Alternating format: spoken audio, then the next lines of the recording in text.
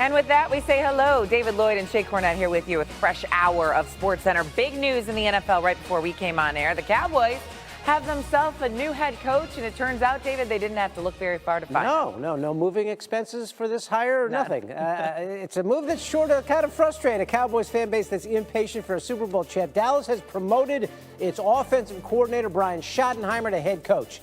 He will replace Mike McCarthy. Schottenheimer, the Cowboys OC 2 years ago.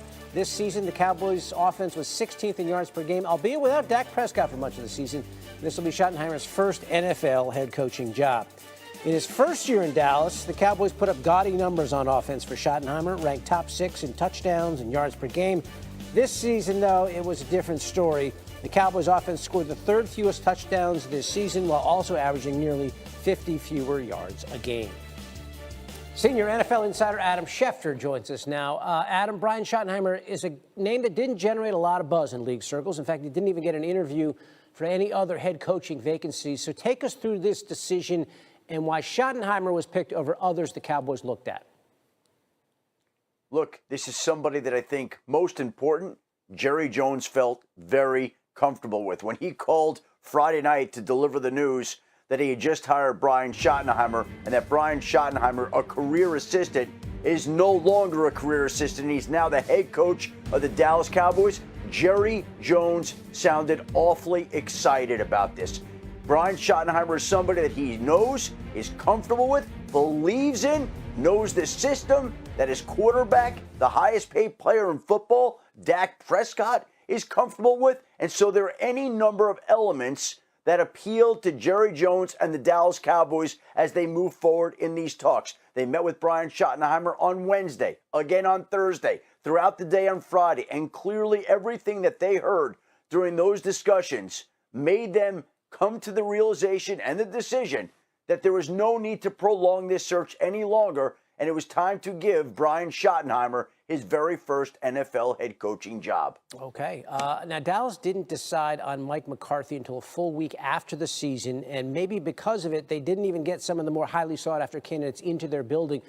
Adam, was there some mismanagement here on the part of Dallas? What do you make of the situation and the guy they ultimately got and the guys that they didn't get?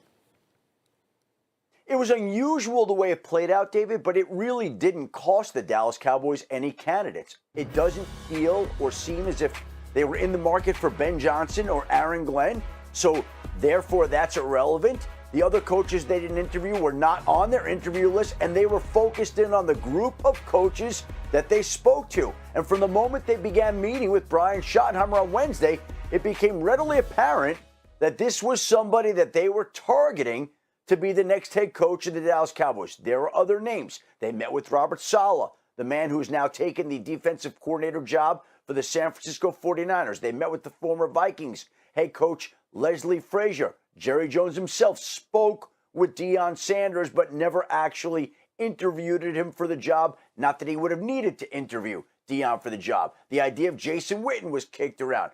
But all along, it seemed like they were focused in on Brian Schottenheimer. Kellen Moore, also an assistant coach with the Eagles, offensive coordinator in Philadelphia, was a name that they spoke to. But again, it really felt like this was going to be Brian Schottenheimer's job. And Friday night, Jerry Jones made that official. And so now the Saints are the last NFL team which hasn't filled its head coaching vacancy. Adam Schefter with us with some late Friday night news that the Cowboys have hired Brian Schottenheimer as their new head coach. SportsCenter, the Dallas Cowboys are hiring their offensive coordinator, Brian Schottenheimer, to be their head coach. This will be Schottenheimer's first head coaching job after being an assistant in the league for 14 years. Jerry Jones pointed this out in a statement saying, quote, "He's no assistant anymore," end quote. So with Schotty now taking the reins, the Cowboys will look to get back to their 2023 form with a fully healthy Dak Prescott, who had one of the best years of his career that season.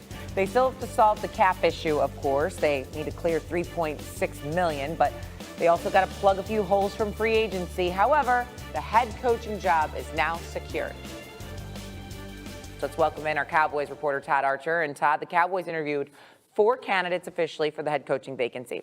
As someone like you who is around this team day in and day out, what was it about Brian Schottenheimer that made the Cowboys decide to stay in-house and promote their OC?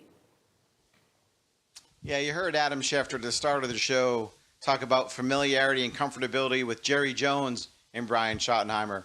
There's also a familiarity and comfortability between Brian Schottenheimer and Dak Prescott. They've developed a close relationship over these last 2 years, and really 3 when Brian was here as a consultant in 2022, working mostly with the defense. But while he wasn't calling plays these last 2 years, every time when Dak came off the field, he was talking to Brian Schottenheimer, going over what they had just seen, going over how different ways they want to attack defenses. They've learned to see the game way, and Brian Schottenheimer is known as a run-first offensive coordinator when you look at his history, but I can point to Seattle, his 3-year run there with the Seahawks. Russell Wilson threw 106 touchdown passes, just 25 interceptions. So if they can get Dak Prescott back to playing at that level like he did in 2023 under Mike McCarthy, like he did in 2021 under Kellen Moore, then the Cowboys might be back in that playoff chase like they were the last 3 seasons before 2024. Okay, one can only hope, because there are 2 teams right now still playing football that are in the NFC East as well. Having a strong supporting cast will be the next step now for Schotty, and I don't mean on the field, I mean in terms of his coaching staff. What are you hearing as far as offensive coordinator, defensive coordinator? Let's start with the defensive coordinator, and indications are that Matt Eberflus, the former Chicago Bears head coach, will be high on the Cowboys priority list, and talking to him about possibly returning to Dallas. He was an assistant under Jason Garrett for a number of years, working first with Rob Ryan and then Rod Marinelli on defense before moving on as an assistant and ultimately becoming Chicago's head coach. Maybe some coaches from his staff that he had with the Bears as well. And then on the offensive side, that's where it gets a little bit interesting, because it's my understanding that Brian Schottenheimer will be the one calling the plays. So finding the right offensive coordinator for him, maybe someone with an offensive line tied to help that running game get back up to speed the way it was early under Jason Garrett's tenure, and finding some explosive plays in the passing game is a must. And there's also another part they have to replace, and that's the special teams. They lost their coordinator, John Fossil, earlier this week to Tennessee. So as much as Brian Schottenheimer is just getting used to this job, he's got a lot of spots to fill on his staff. Yeah, time to get to work. A lot of hose to fill. So if Brian Schottenheimer does call the plays, as Todd Archer's. In a move sure to frustrate a Cowboys fan base impatient for a Super Bowl champion, Dallas has promoted its offensive coordinator, Brian Schottenheimer, to head coach to replace Mike McCarthy. Schottenheimer became the Cowboys OC 2 years ago. This season, the offense was 16th in yards per game, albeit without Dak Prescott for much of the year. This will be Schottenheimer's first NFL head coaching job. So in the last 24 hours, the Cowboys, Raiders, and Jags have all found their new head coaches. Previously, Lions coordinators Ben Johnson and Aaron Glenn were each hired for their first head coaching jobs with the Bears and Jets, while Mike Vrabel is reunited with the Patriots. Only one vacancy still remains: the New Orleans Saints. Speaking of, David, is it just me, or does this Pete Carroll hire in Las Vegas have Tom Brady written all over it? The two are familiar, to say the least, having faced off 4 times, including in Super Bowl 49, which Brady famously won after Carroll elected to throw the ball instead of run it on 2nd and goal, resulting in the Malcolm Butler interception. I'm sure you remember. Of the 4 meetings, they split wins. And then there's the Patriots connection, right? Remember, Pete was the coach in New England before they hired Bill.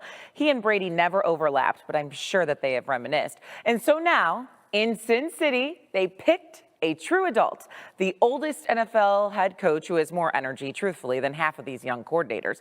He'll work to establish an identity and culture to win games quickly. And who better to do it than a guy who has 11 playoff wins, including a Super Bowl and 2 national titles at the college level.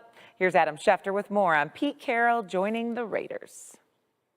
At a time where many teams are opting for the youngest, best, and brightest coordinators in coaching, the Las Vegas Raiders went with the old, reliable method in hiring Pete Carroll, a man who helped transform USC and Seattle, a man who's coached in championships. The Raiders recognized that they have a ways to go to catch up to the Kansas City Chiefs, Los Angeles Chargers, and Denver Broncos, and they felt like Pete Carroll can be that bridge, implement that culture, and get this organization back where it needs to be until they can find a quarterback and get on more even traction with the rest of the AFC West. Hey y'all, gather round. You know how it is in the NFL. One moment you're in the thick of it, and the next, you've just witnessed something truly spectacular. That's exactly what Saquon Barkley's 2024 season was all about. Folks, this guy didn't just play. He redefined what it means to be a workhorse back in the NFL. Let's break it down. Barkley rushed for a jaw-dropping 2,005 yards during the regular season. Then he piled on 324 yards more in the playoffs, finishing with a total of 329 yards. And if that doesn't make you sit up straight, then listen to this. Barkley became the third player in NFL history to rush for over 2,200 yards in a season, counting playoffs. That's a big deal. Only legends like Terrell Davis and Eric Dickerson have done it before. But here's where it gets even more interesting. Consistency is the name of the game. And Barkley brought it all year long. He rushed for 100-plus yards in 13 of his 18 games, including playoff games. Only 5 times did he get held under that mark. That's a season you can hang your hat on. And here's something that speaks to his explosive power. Over 40% of his total yards came on big, game-changing runs. Barkley didn't just run the ball, he changed the game. Remember that 78-yard rush in the divisional round of the playoffs? That put the game away, just like that. And that's not even the only time he came up huge when his team needed it most. This man has a knack for turning the tide in clutch moments. If you're a fan of electric football, Saquon is your guy. In his first year with the Eagles, he didn't just make noise. He set franchise records with those 2,005 rushing yards.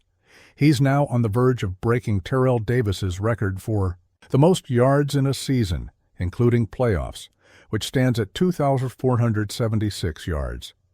With 2,029 yards under his belt, Barkley's only a few games away from making history.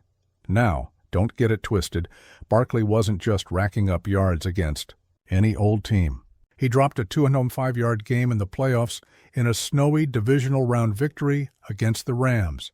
And earlier, he set the Eagles' single-game rushing record with a monstrous 255-yard performance against them in the regular season. This is football at its finest, and Barkley is a part of it, setting new standards in the process. Now, let's take a step back for a second. Not only did Saquon Barkley break records and set new milestones for the Eagles, but he also earned some major recognition. He was named AP All-Pro, NFLPA All-Pro, and made his 3rd Pro Bowl. Oh, and he's a finalist for MVP, too. That's serious company he's keeping. Quarterbacks like Josh Allen, Joe Burrow, Jared Goff, and Lamar Jackson, all in the mix. Along with Burrow and Jackson, Barkley's also up for Offensive Player of the Year honors, alongside Jamar Chase and Derrick Henry. But here's what really stands out. It's the respect from his peers. When you have the likes of Micah Parsons tipping their hat to you, you know you've made your mark. For someone like Micah, who knows a thing or two about what it takes to dominate, that's the highest compliment you can get. But here's the big question, and it's one you've got to chew on. Is Saquon Barkley the best running back in the NFL right now? His numbers, his performances, and the sheer energy he brings to the field speak for themselves. But what do you think? Could he be the one who takes that next step into even greater history? Or are we just witnessing the beginning of his legacy?